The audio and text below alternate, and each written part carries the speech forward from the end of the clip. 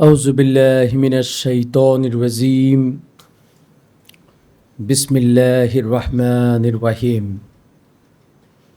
نحمده ونصلي على رسوله الكريم أما بعد সর্বপ্রথম আমি আমার মহান মুর্শিদ দিন দুনিয়ার কোহিনূর মোহাম্মদ ইসলামের পুনর্জীবন দানকারী যুগের ইমাম আম্বিয়ায়ে কেরামের ধর্মের দায়িত্ব ও বেলায়েত লাভকারী আল্লাহর দেওয়া পুরস্কার পূর্ণিমার চাঁদে বাবা দেওয়ানবাগীর জীবন্ত প্রতিচ্ছবি সুফি সম্রাট হযরত শাহ দেওয়ানবাগী রাহমাতুল্লাহ আলাইহির নুরানিময় কদম মোবারকে শতকোটি সালাম ও কদমবচি জানাই।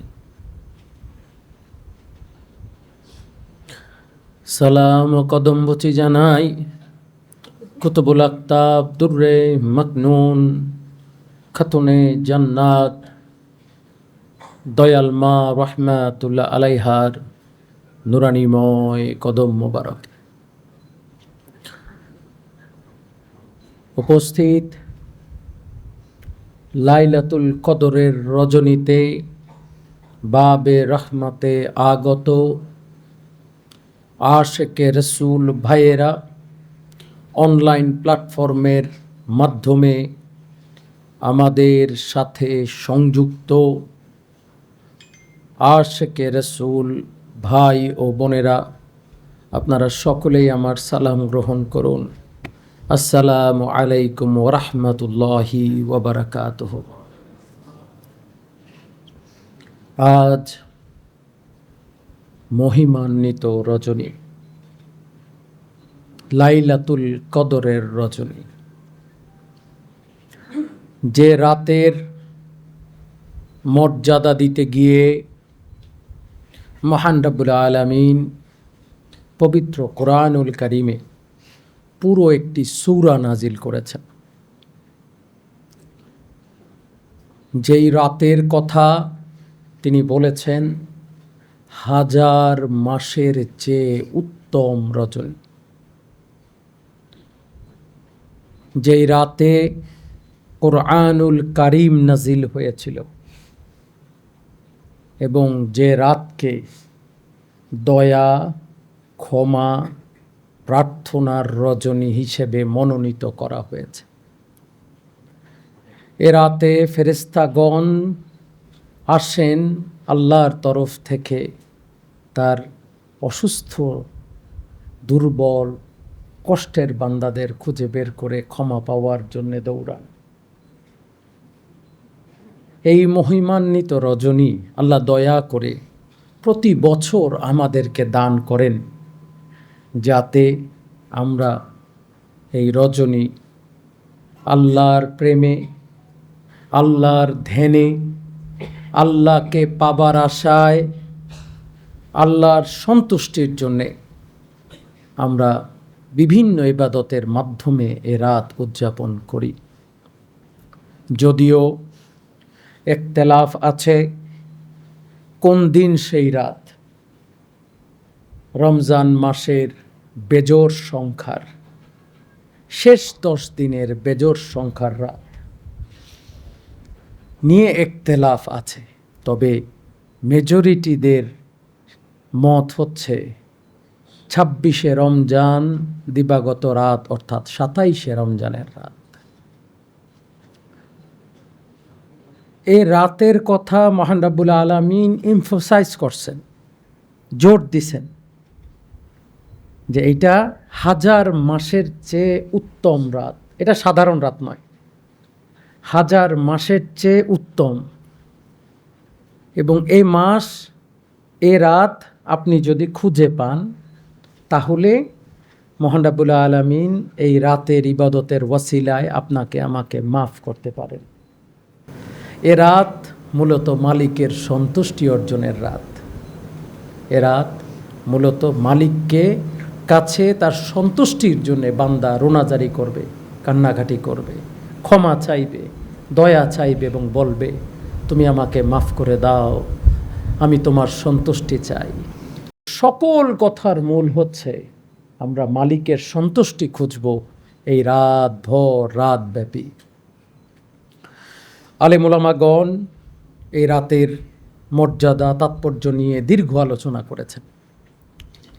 আমি মর্যাদা তাৎপর্য নিয়ে তেমন আলোচনা করতে চাই না, তাহলে একই আলোচনা রিপিটেশন হবে। তবে মনের মধ্যে একটি কথা আছে যেটা না বলে পারছি না, সেটি হচ্ছে এ রাত হওয়ার কথা বেজোর রাত, নাকি আলেমরা কি বলেন? শেষের 10 দিনের বেজোর রাত। এখন কথা হচ্ছে এটা কি বাংলাদেশের বেজোর রাত নাকি সৌদি আরবের বেজোর রাত? যদি সৌদি আরবের বেজোর রাত হয় তাহলে গতকালকে বেজোর চলে গেছে, তার আগের বেজোর আরও সংখ্যা চলে গেছে। আর যদি বাংলাদেশের বেজোর হয় তাহলে আজকে ঠিক আছে। আর সৌদি আরবের হিসাবে আজকে হচ্ছে জোর রাত। সৌদি আরবের হিসাবে আজকে কি জোর না বেজোর? জোর, 28শে রমজান হয়ে গেছে। আবার বাংলাদেশের হিসাবে আজকে হচ্ছে বেজোর সংখ্যা। চাঁদ একটা, রাত 2টা হয়ে গেছে। চাঁদ কয়টা? পৃথিবী কয়টা? আল্লাহ কয়জন? রাসূল কয়জন? কোরআন কয়টা? রাত কয়টা? কই একটা। বর্তমানে আমরা 2টা পালন করতেছি, রাত একটাই আমরা আসতে পারি নাই। তাহলে লাইলাতুল কদর সেটা জোর সংখ্যায় হবে না বেজোর সংখ্যায় হবে? বিশেষ করে বাংলাদেশে আমি অন্যান্য দেশের কথা বলছি না, এই কারণে বাংলাদেশ, ভারত, পাকিস্তান এই প্রবলেমটা সবচেয়ে বেশি। বিশ্বের যত মুসলিম দেশ আছে, এবার আপনারা জানলে অবাক হবেন, 95% মুসলিম দেশ, 90% মুসলিম দেশ এবার একসাথে ঈদ করতেছে, একসাথে রোজা করছে, এক্সেপ্ট বাংলাদেশ, ভারত, পাকিস্তান। তারা কেউ আগে, কেউ পরে, কেউ 2 দিন পরে, কেউ 2 দিন আগে, এই নমুনা চলছে। এই সীমানার কারণে লক্ষ মানুষ হারাম কাজে লিপ্ত হবে। ঈদের দিন রোজা রাখা হারাম, সামনে ঈদ আসতেছে, টেলিভিশনে খুলে দেখব ঈদ চলতেছে আর আমি রোজা রাখবো। সৌদি আরবে স্বামী বসে কাজ করছে, স্বামী ওই দিন ঈদ করছে, স্বামী স্ত্রীকে বলবে ঈদ মোবারক, আর স্ত্রী বলবে ঈদ মোবারক হয় নাই, আমি রোজা রাখতেছি। এই যে মুসলিম উম্মার একটা বিভেদ, এটা রাজনৈতিক বিভেদ নয়। যদি রাজনৈতিক হতো আমি মন্তব্য করতাম না, কারণ আমি কুদরতে খোদা পরিপূর্ণ একটি অরাজনৈতিক ব্যক্তি। আমি রাজনীতির আগেও নাই, পিছনেও নাই। এটা রাজনৈতিক নয়, এটা ঈমান এবং আমলের বিষয়। এটা ঈমান এবং আমলের বিষয়। এইটাতে আমাদের শুধু শুধু মতের ফারাক করার কিছু নাই। আপনার আমার গোরামির কারণে, আপনার আমার ইগোর কারণে লক্ষ মুসলিম উম্মাহ, কোটি মুসলিম উম্মাহ যদি শবে কদরের সঠিক রাত খুঁজে না পায়, সঠিক সময়ে রমজান আদায় করতে না পারে, সঠিক সময়ে ঈদ আদায় করতে না পারে, আল্লাহর কসম এই জবাব আপনাকে আল্লাহর কাছে দিতে হবে। আজ যদি লক্ষ মুসলমানের শবে কদরের রজনীর রাত পার হয়ে যায়, তা যদি আগের দিন হয়ে থাকে, তা যদি অথবা বেজোর সংখ্যার যে কোনো একদিন হয়ে থাকে, আর যদি আমরা জোর সংখ্যায় বসে শবে কদরের রজনীর রাত খুঁজে বেড়াই, তাহলে তো বিশাল বড় মুসিবত তৈরি হবে। নিয়ামতের পূর্ণ রাত আমরা খুঁজে পাবো না। তাই আমরা এখন শিক্ষিত, আমরা এখন অশিক্ষিত না।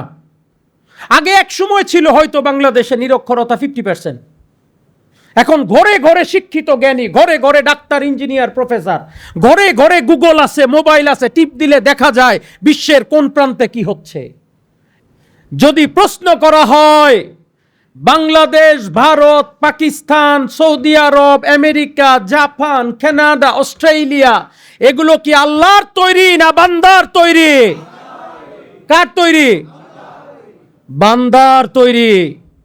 আল্লাহর তৈরি হচ্ছে পৃথিবী, সূর্য, চন্দ্র, গ্রহ, নক্ষত্র, তারা, এগুলো কার তৈরি? আর সীমানা কে তৈরি করেছে? বান্দা তৈরি করেছে। পৃথিবী আল্লাহ তৈরি করেছে, আর সীমানা নির্ধারণ করেছি আমরা। সত্য না মিথ্যা? উত্তরে নর্থের দিকে যদি যাই পৃথিবীর, যেখানে 6 মাস সূর্য উঠে না, যেখানে চন্দ্র দেখার সুযোগ নাই, তাদের তো তাহলে আর রোজা রাখার সুযোগই নাই। তারা বলবে 6 মাস পরে ঈদ আর রোজা আমার কাছে ফেরত আসবে।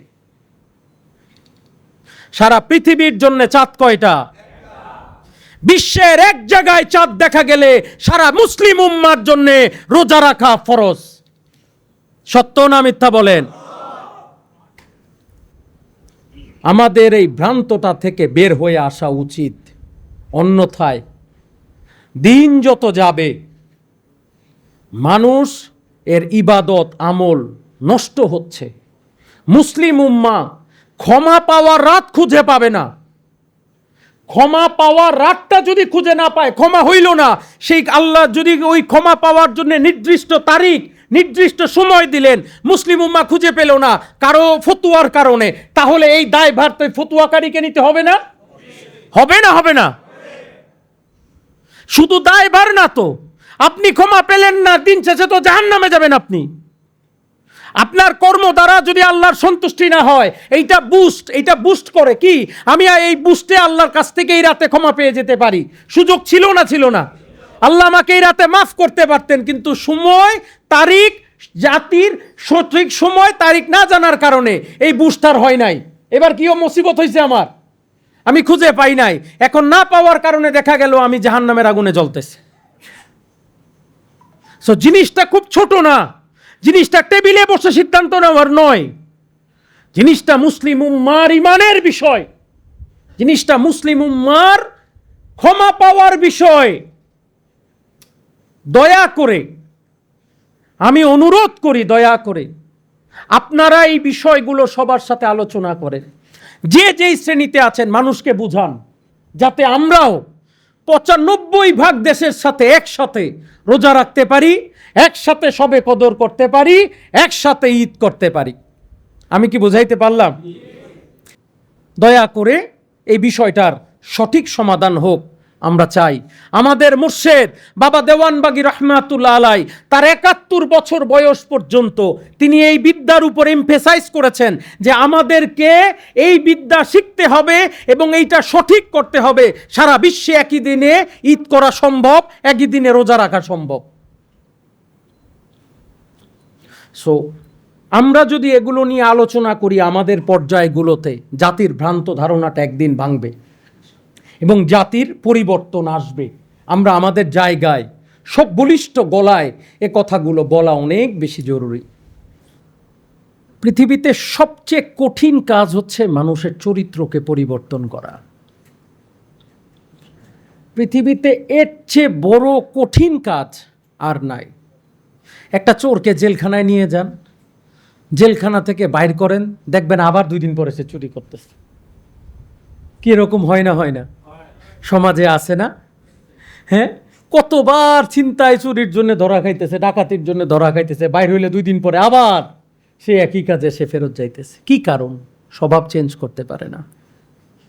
আপনার একটা ছোট্ট স্বভাব মিথ্যা কথা বলা, আপনি আসতে যাইতে, খাইতে, চলতে ফিরতে মিথ্যা কথা বলেন, দেখবেন আপনি এটা চেঞ্জ করতে পারেন না। এবং আপনি মিথ্যা কথাকে এত সুন্দরভাবে গুছিয়ে বলেন মনে হয় এটা সত্য কথা। অতিরঞ্জিত কথাও মিথ্যা কথাই। সো আলটিমেটলি আমরা মিথ্যা কথা বলি। অথচ আমরা ছোটবেলা থেকে আমার বাবা মা শিখাইছে মিথ্যা কথা বলা মহাপাপ। শিখাইছে না? সেখানে স্কুল কলেজে পড়ছি, মিথ্যা কথা বলা মহাপাপ শিখছি না? শিখি নাই? হ্যাঁ, মক্তবের হুজুর আমারে পড়াইছে মিথ্যা কথা বলা মহাপাপ। কি সবাই মহাপাপ শিখাইছে, কিন্তু আমি সকাল বিকাল রাত 3 বেলা এই মহাপাপ কাজ করতেছি। কি সত্য না মিথ্যা? তাহলে শুধু শিক্ষাই মানুষকে পরিবর্তন করতে পারে না। কিতাবে লেখা থাকলেই আর কেউ বললেই মানুষ পরিবর্তিত হয় না। আল্লাহর ওলির কাছে আসলে পরিবর্তন হয়। আল্লাহর ওলির কাছে তাওয়াজ্জুর ক্ষমতা আছে। তার কাছে আসলে, তার ফায়েজে পড়লে, তার সাথে প্রেমে আবদ্ধ হইলে দেখবেন অটোমেটিক সাপ যেমন গর্তে সোজা হয়ে ঢুকে, মুরিদের ইমানও মঞ্জিলে মুকসুদ সহজ সরল পথে হাঁটা শুরু করে। কঠিন বক্ররেখার মানুষ সহজ রেখায় পরিণত হয়। এই বিদ্যা আমাদের মুর্শেদ বাবা দেওয়ানবাগী রাহমাতুল্লাহ আলাই আমাদেরকে শিখিয়েছেন। বর্তমান জামানায় এত বেশি ফিতনা ফেসাদ, বর্তমান জামানায় এত বেশি মুসিবত, এত বেশি জটিল, এই জামানায় সরল মানুষ খুঁজে পাওয়া যায় না। এই জামানার জগতের মানুষ যেন সব আত্মকেন্দ্রিক, সবাই নিজেকে শ্রেষ্ঠ বানানোর কম্পিটিশনে লিপ্ত। কে শ্রেষ্ঠ হবে, কে সবার উপরে উঠবে, কে মহাজ্ঞানী হবে, কে মহাপণ্ডিত হবে, এই নেশায় সবাই ব্যস্ত। কে সালাম পাবে, কে সালাম নিবে, এই যোগ বিয়োগেই যেন জগৎ চলে। কার সম্মান কত বেশি, কার অর্থ কত বেশি, কে কত চায়, কে কত ভোগ করবে, এগুলো নিয়ে সবাই ব্যস্ত। এই জটিল সমাজে আমি তো অনেক অসহায় হয়ে গেছি। আল্লাহর কসম, আমি অনেক বড় অসহায় হয়ে পড়ছি, অনেক বড় অসহায় হয়ে পড়ছি। মানুষ তাকে পরিবর্তন করার চিন্তা করে না। মানুষ আল্লাহকে পেতে চায় না, মানুষ আল্লাহর সন্তুষ্টি চায় না। মানুষ শুধু দুনিয়াবি খোঁজে, টাকা পয়সা, ধন সম্পদ, ইজ্জত, সম্মান, আত্মসম্মানে মানুষ ব্যস্ত। এই মানুষগুলো যেন ভুলে যাচ্ছে ওই দিনের কথা, যেই দিন 3.5 হাত অন্ধকার কবর আমাদের জন্য অপেক্ষা করছে। সেই দিন ডাক্তার, ইঞ্জিনিয়ার, প্রফেসর কারো জন্যে কোনো রকম আলাদা কোনো ব্যবস্থা থাকবে না। না শ্রেষ্ঠত্বের ব্যবস্থা থাকবে, না ধনী গরিবের ব্যবস্থা থাকবে, না উঁচু নিচুর ব্যবস্থা থাকবে। একজন রিক্সাওয়ালা কৃষকের জন্য যা, একজন 1000 কোটি মানুষের জন্যও একই ব্যবস্থা। মানুষ যেন তা ভুলতে বসেছে। মানুষ আর তা চিন্তা করে না তার মৃত্যু হবে। মানুষকে দেখলে মনে হয় তারা যেন চিরঞ্জীবে পরিণত হয়েছে, তাদের মৃত্যু হবে না, তাদের মৃত্যুর চিন্তা নাই। মানুষ যেন আর ভাবে না আল্লাহর কাছে যেতে হবে, আল্লাহর সামনে দাঁড়াতে হবে, নিজের কৃতকর্মের জবাব দিতে হবে। আজ মানুষ তা ভুলতে বসেছে, যার কারণে সমাজে এত ডাকাতি, রাহাজানি, হিংসা, বিদ্বেষ, মারামারি, সন্ত্রাসী, সব কিছুর মূল নিজেকে আত্মকেন্দ্রিক। বলেন না, এই জটিল যুগে এসে আমি কিভাবে এই মোহাম্মদ ইসলাম প্রচার করি, যেখানে মানুষকে ত্যাগের শিক্ষা দেওয়ার কথা, কিভাবে বুঝাই? মানুষ তো বুঝে না, ত্যাগের ভান করে, ত্যাগের ভান করে আবার সেই অহংকারী রূপে সে আবার পরিণত হয়। মানুষকে পরিবর্তন করা পৃথিবীতে এর চেয়ে কঠিন কিছু নাই। আমার আশেকে রাসূলেরা, আমি আপনাদের প্রতি উদারত আহ্বান জানাই, এই জটিল যুগে নিজেকে সরল বানান, না হলে আল্লাহকে পাবেন না। আল্লাহকে পেতে হলে সরল রাস্তায় আসতে হবে। আত্ম অহংকার, অহমিকা ছেড়ে দিয়ে আল্লাহর আনুগত্য করে মালিকের সন্ধানের জন্য নিজেকে ছেড়ে দিতে হবে। হতে পারে আপনার পেশা ভিন্ন, হতে পারে পেশাগত কারণে আপনি অনেক কিছু করতে হয়, যাই হোক দিন শেষে মালিকের কাছে ক্ষমা চাওয়াও জরুরি। আজ এই সমাজ আমাদেরকে দূরে সরিয়ে দিচ্ছে আল্লাহর থেকে, রাসূলের থেকে। আমরা নিজেরা চরিত্রবান হওয়ার চেষ্টা করি। আজকে এই রাত অত্যন্ত মহিমান্বিত রাত ক্ষমা পাওয়ার জন্যে। মোরাকাবায় বসে আমি দেখেছি আপনারা কান্না করেছেন, মালিককে ডেকেছেন, শেষ করেন না এই ডাকা, একেবারে ফজর পর্যন্ত এই আমল কন্টিনিউ করেন। মালিককে ডাকেন, মালিককে খুঁজেন, নামাজ পড়তে পারেন, মিলাদ পড়তে পারেন, মোরাকাবা করতে পারেন, যেভাবে খুশি যে কোনো নফল ইবাদত করতে পারেন। মূলে হচ্ছে মালিককে সন্তুষ্টি করার জন্য চেষ্টা করেন। যদি আল্লাহ দয়া করে, তিনি যেন দয়া করে আমাদেরকে কদর নসিব করেন, তিনি যেন দয়া করে আমাদেরকে ক্ষমা করেন। চেষ্টা করেন এই রাত্রে নিজের জন্য আল্লাহর কাছ থেকে ক্ষমাটা নিতে পারেন কিনা, মাফটা নিতে পারেন কিনা, দয়াটা নিতে পারেন কিনা। দুনিয়ার জন্য নয়, নিজের জন্য চিন্তা করেন।